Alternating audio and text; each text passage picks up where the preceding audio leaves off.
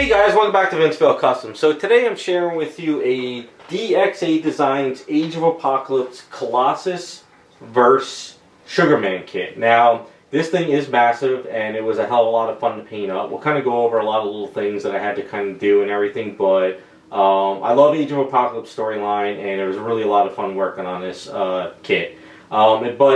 Chroming statues is difficult. It requires a lot of work, and I just don't really have the proper setup or chemicals for it. So this is actually Spaztec chrome, and I think it works for Colossus because it's not mirrored, which I'm not really a fan of, like super mirrored statues anyway, unless it's for like Silver Surfer. But for like Colossus and stuff, I like that that Deadpool movie version of Colossus where it's kind of like a steel. I kind of like that color better. So this worked out pretty well. Now, if you follow the the storyline, Colossus is pretty much sort of like he has like a ripped shirt, and it's kind of yellowed. But in this statue, he has yellow straps. So I suggested to the guys that I was painting for, I said maybe we should do like a throwback, at least kind of do the yellow straps, so it kind of looks like the comic. And then if you follow the comic too, like with Sugarman, he's got kind of like a pinkish skin, and when he does bleed, it's kind of a very pinkish, not fluorescent, but almost like a magenta kind of blood. So that's why the blood is sort of like got that pinkish hue on it. So this one is like a bloody, beat up version, and he's kind of bleeding from his mouth, where this one is actually clean. I don't have all the parts on this one because I'm going to get ready to pack these up this week, so I didn't really want to put everything together.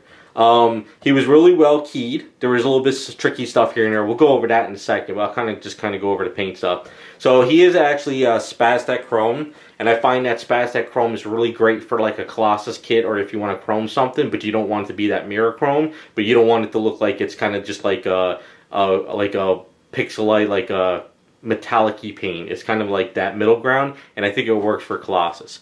Now, for his red armor, I suggested that we don't chrome him all up and then candy coat over the chrome with red, because it would be too bright. And I feel that, like, if you read the Age of Apocalypse storyline, even though Colossus sort of like, it's got that bright red armor, I feel that you want to tone down the armor a little bit and make the skin pop more than the armor. So a friend of mine was working on a couple projects, and he found a site with metallic paints. I did it in my live stream. I forget the paints, but I did do it when I was working on a live stream, and I used these red paints on it, and I absolutely love it because it's not a bright, like potent red, but it's not like a pink, like magenta red. It's got like a really good red, and then when I weathered it out, it looks really great for Colossus, and I liked it because with his cloth, like his shorts, the straps on his like arm guards and the legs and his headband, we painted red. So this way it kind of breaks it up a little bit more. And I really like that too, because it's like his armor has got this red metallic, and then his cloth got the red and then the yellow. And it just brings it, like, it just breaks everything up. Because if you do everything the same red, or you try to do everything, it just kind of looks very bland. So I try to break it up as much as I could. And then any of the silver or stuff on the straps or on the armor and stuff like that, I kind of ran with it. Now, if you do, look at the stats of Sugarman, he does have a reddish skin, but his pupils are actually white. And that was one thing that I suggested. Like, I'm saying, okay, I told the guys, I said, a lot of the comics sort of has like a reddish around a white eye.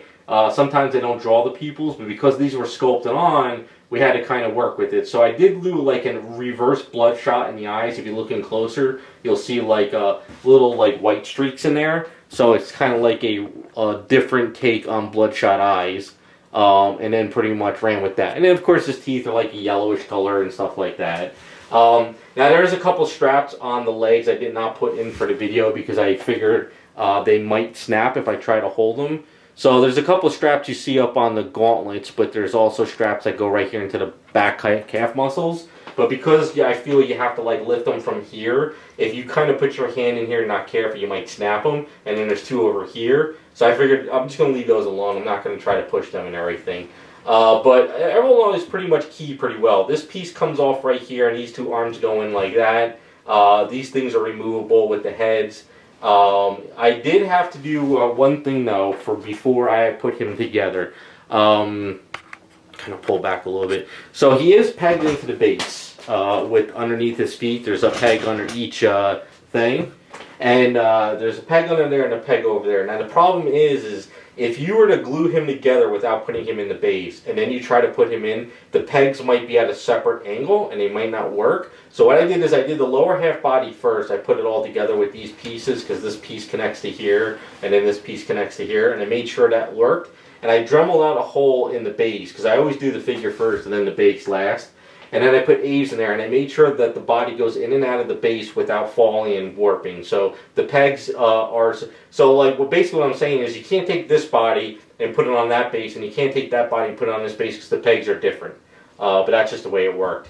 Now the hardest part of the whole kit is the upper torso. I'm not trying to explain this too. His torso was not magnetized, and for good reason, because it wouldn't really hold it up. So you have to sort of put these straps and then these straps here onto the torso first, you know, like this yellow one and the yellow one over there first, and then you can attach the body. Because if you were to put this body on here and then try to put these straps on, it doesn't work because it connects underneath the torso.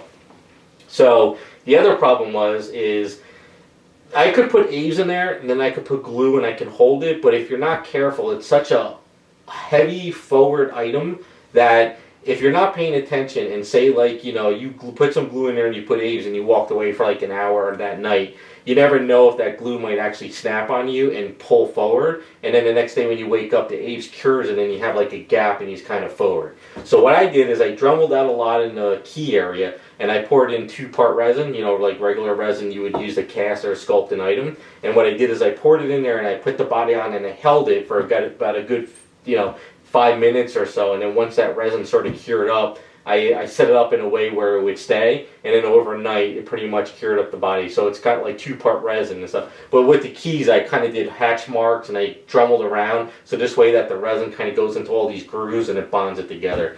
That was the best way of doing that body. And then once the body was up there, I pretty much started attaching everything, because even though this arm connects into this body and it wasn't magnetized, it would fall out on you all the time. So I had to connect all that. But the gauntlets are come off with a magnet, the hands come off with a magnet, the head is magnetized, same thing up there. I didn't glue in the back of the headband because I figured you could just put it in and leave it. He comes off the base, the arms come off of Sugarman. The tongue does come out. I didn't want to glue in the tongue because I figured if you put him in the base, that might snap. So I tried to leave some things separate. I had no choice with this one, because if you were to pack it and put it in the box and try to pop them out, you'd snap the hell out of it. So you can see his tongue sort of sticks in there, and you can see how everything else worked out pretty well. Pretty straightforward.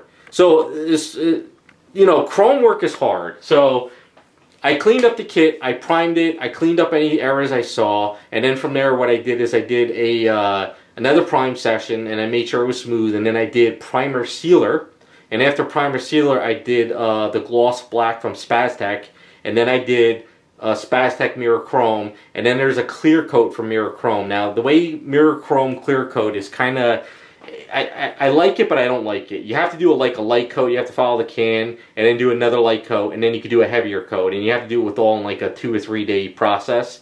But the problem I feel though is that even though it's done, you can still, like if you were to handle it with your fingerprints and your hands, it gets kind of tacky, so you just can't really mess with it too much. And even to this day, I feel that even Alclad Chrome with you know, their aqua clear gloves, like there's no chrome that I've used so far that is actually going to be great where you can actually touch it. Like I think most chromes is like you have to do it and you have to walk away from it and never let it get dusty or touch it. I haven't really got a chrome yet that I feel is like a really great solid chrome and works. And like anytime people ask me to do like a Silver Surfer or a chromed item, I just turn it down because it just can't really do it. But the clients knew that I could only do it this far, and I did their Colossus kit a while back, like a few years back. So they were saying you do kind of like the same thing. If it was me personally, for a Colossus kit, I would actually try to probably do more of make him like a darker steel, me personally, and then I would actually do some shadows in there, and I would make him look a little bit more darker.